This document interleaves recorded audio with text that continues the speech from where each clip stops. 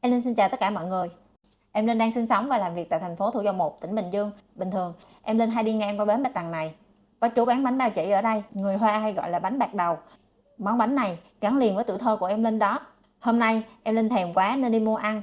Chạy vòng vòng tìm chú 2-3 chỗ mà không thấy đâu hết trơn. Thôi kệ, em Linh về nhà, vô bếp tự làm ăn cho lẹ. Em Linh sẽ làm món bánh bao chỉ này với 2 loại nhân hấp dẫn. Mọi người cùng vào bếp với em Linh nha. Trước tiên em Linh giới thiệu nguyên liệu để làm nhân dừa. Ở đây em Linh có 300g dừa nạo. Đường ở đây thì là từ 120 đến 150, tùy mình ăn ngọt nhiều hay ngọt ít ha. Em nên khuyên mọi người là nên làm ngọt một tí xíu thì để lâu được, còn nếu như dừa của mình mà không đủ độ ngọt thì bánh của mình nó rất dễ bị hư. 30g bột mì gia dụng. Bột mì gia dụng thì ở đây em Linh xài của hãng Mezan này, và khoảng tầm 2 cái lá dứa. 2 lá dứa này thì em Linh đã rửa sạch và cột lại luôn, và một ít nước lọc ở nhiệt độ thường. Ở đây thì em Linh sẽ trộn phần dừa và phần đường vô trước. Em Linh chưa có bắt bếp nấu đâu nha. Cho 300g dừa nạo vào đây, cho phần đường vào đây. Đường ở đây thì em Linh sẽ cho 130g nha, và 1/6 muỗng cà phê muối. Trộn đều nhưng chưa bật bếp ha, để cho cái phần đường của mình nó thấm vào cái dừa này. Khi nào mà trong ra thì em Linh sẽ đem lên bếp nấu. Đây thì em Linh sẽ ướp khoảng nửa tiếng để đường chảy nước ra, thấm vào dừa. Rồi mình để đây khoảng tầm nửa tiếng nha. Tiếp theo em Linh làm nhân đậu phộng. Mình chuẩn bị 180g đậu phộng đã rang sẵn và bỏ vỏ luôn, và 60g đường. Bây giờ thì em Linh sẽ xay cái phần đậu phộng này lên để làm nhân đậu phộng ha. Mình cho đậu phộng vào máy. Tiếp theo là đường. Thêm 1/4 muỗng cà phê muối cho nhân của mình được đậm đà hơn. Mình sẽ xay mấy cái phần này lên nha. Ok, hơi nhuyễn như thế này là được rồi nha mọi người. Mình cũng không có nên xay nhuyễn quá ha. Nhân đậu phộng của mình ăn nó cũng không được ngon á. Em Linh sẽ đổ cái phần đậu phộng này ra tô ha, để cho lát nữa gói nhân dễ và nhân sẽ thơm béo hơn. Em Linh sẽ cho vào tô thêm 38g bơ đậu phộng. Mình dùng bao tay để trộn. Mình sẽ trộn cho đến khi bơ và đậu phộng hòa quyện với nhau. Mình lấy cái tô hơi lớn một tí xíu để mình trộn cho nó dễ nha.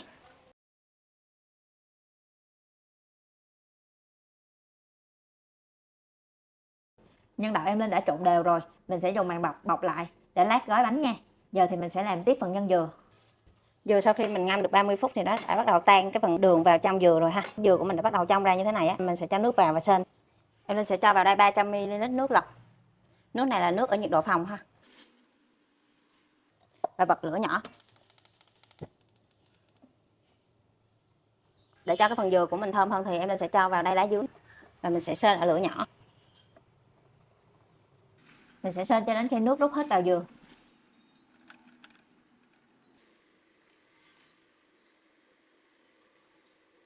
Nước rút hết vào dừa, em Linh sẽ tắt bếp và để đó đi pha bột mì.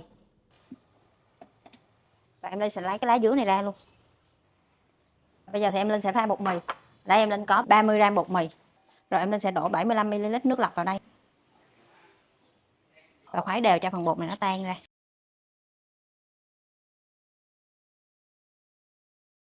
Bột đã được rồi thì mình sẽ cho vào dừa sên lúc nãy ha.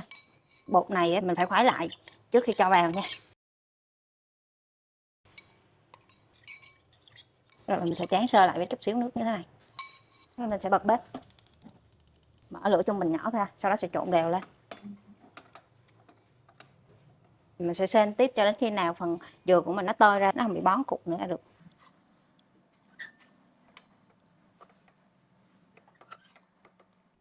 Phần dừa của mình tơi đều ra rồi, mình sẽ tắt bếp luôn. Chờ cho dừa nguội thì mình mới vò viên. Sau khi dừa nguội thì em sẽ vò viên. Mình vò viên đều đều ha, khoảng tầm 15 viên là được.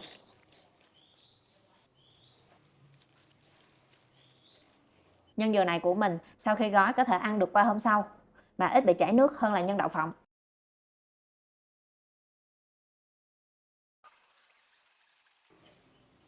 Đây, mình đã vò được 15 viên như thế này rồi, thì mình sẽ để ra đây. Hoặc là bọc màng bọc thực phẩm lại, xong mình để ngăn mát tủ lạnh cũng được luôn ha. Cái này mình làm trước cũng được. Bây giờ thì mình sẽ đi làm vỏ bánh. Mình sẽ chuẩn bị nguyên liệu làm vỏ bánh. Phần vỏ này sẽ được 15 cái nha mọi người. Ở đây thì mình sẽ cho vào đây 300g bột nếp. Hôm nay lên xài bột nếp Thái ha. Tiếp theo là 45g bột bắp. Đường thì mình sẽ cho bằng 10% tổng lượng bột ha. Thì em lên sẽ cho 35g đường. Và nước thì mình sẽ cho bằng tổng lượng bột nhân cho 1.23 đến 1.24 thì mình sẽ ra khoảng 425ml nước nha. Em mình sẽ cho vào đây 425ml nước. Linh sẽ dùng phới lòng đánh đều phần bột và nước này lên.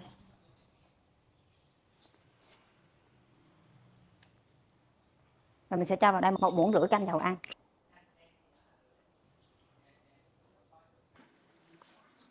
Mình sẽ trộn đều. Tiếp theo đó thì mình sẽ chuẩn bị một cái khuôn để hấp bột, cho ít dầu ăn để chống dính. Sau khi phết dầu lên khuôn, mình sẽ cho bột vào và dùng rây lượt qua một lần cho bột mịn và không bị bón cục. Trước khi đổ vào thì mình sẽ vỗ để cho hết bọt khí. Mình sẽ quét sạch bột xuống luôn.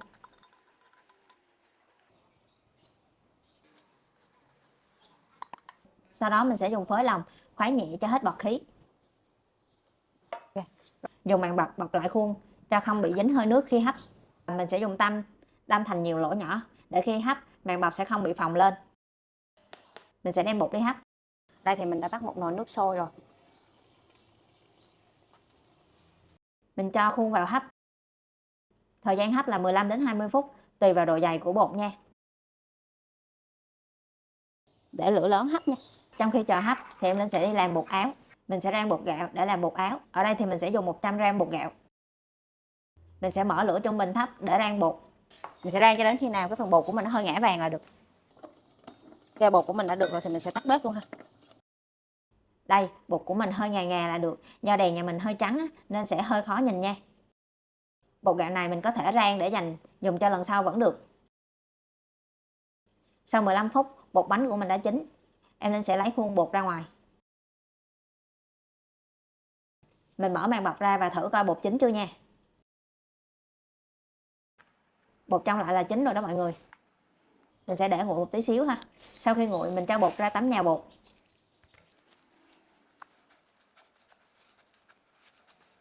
Mình sẽ nhồi bột và lăn dài được bột. Sau đó thì mình sẽ gấp đôi lại. Mình làm vậy khoảng tầm 4 đến 5 lần.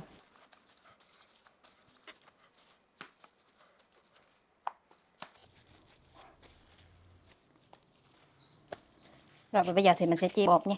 Mình sẽ chia thành 15 cục bột ha. Rồi sau đó thì mình sẽ cho bột lăn qua phần bột áo ha.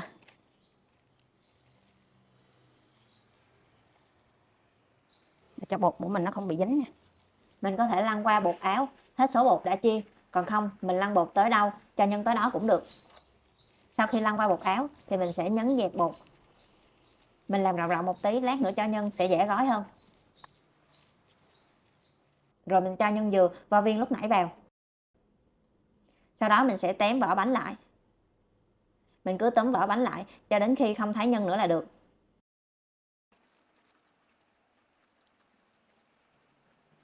Rồi miết cho tròn đều là được. Vì bột dẻo nên rất là dễ dính lại.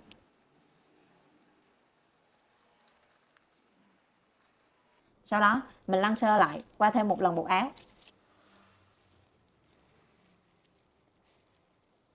Đây là bánh mình đã làm xong rồi nè. Mình cho vào giấy nến cho gọn. Nhân dừa thì mình sẽ làm dấu bằng màu thực phẩm. Ở đây em Linh sẽ làm bằng màu xanh để dễ phân biệt với nhân đậu phộng. Còn ai mà muốn bóc túi mù thì mình không cần đánh dấu nha.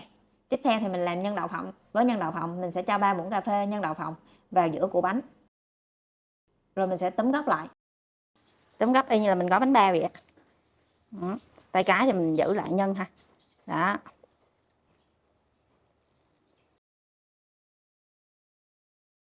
Mình thì gói bánh nó không được đẹp cho lắm á. Nó chỉ hơi phím phím thôi nha. Rồi mình vo tròn lại là được ha.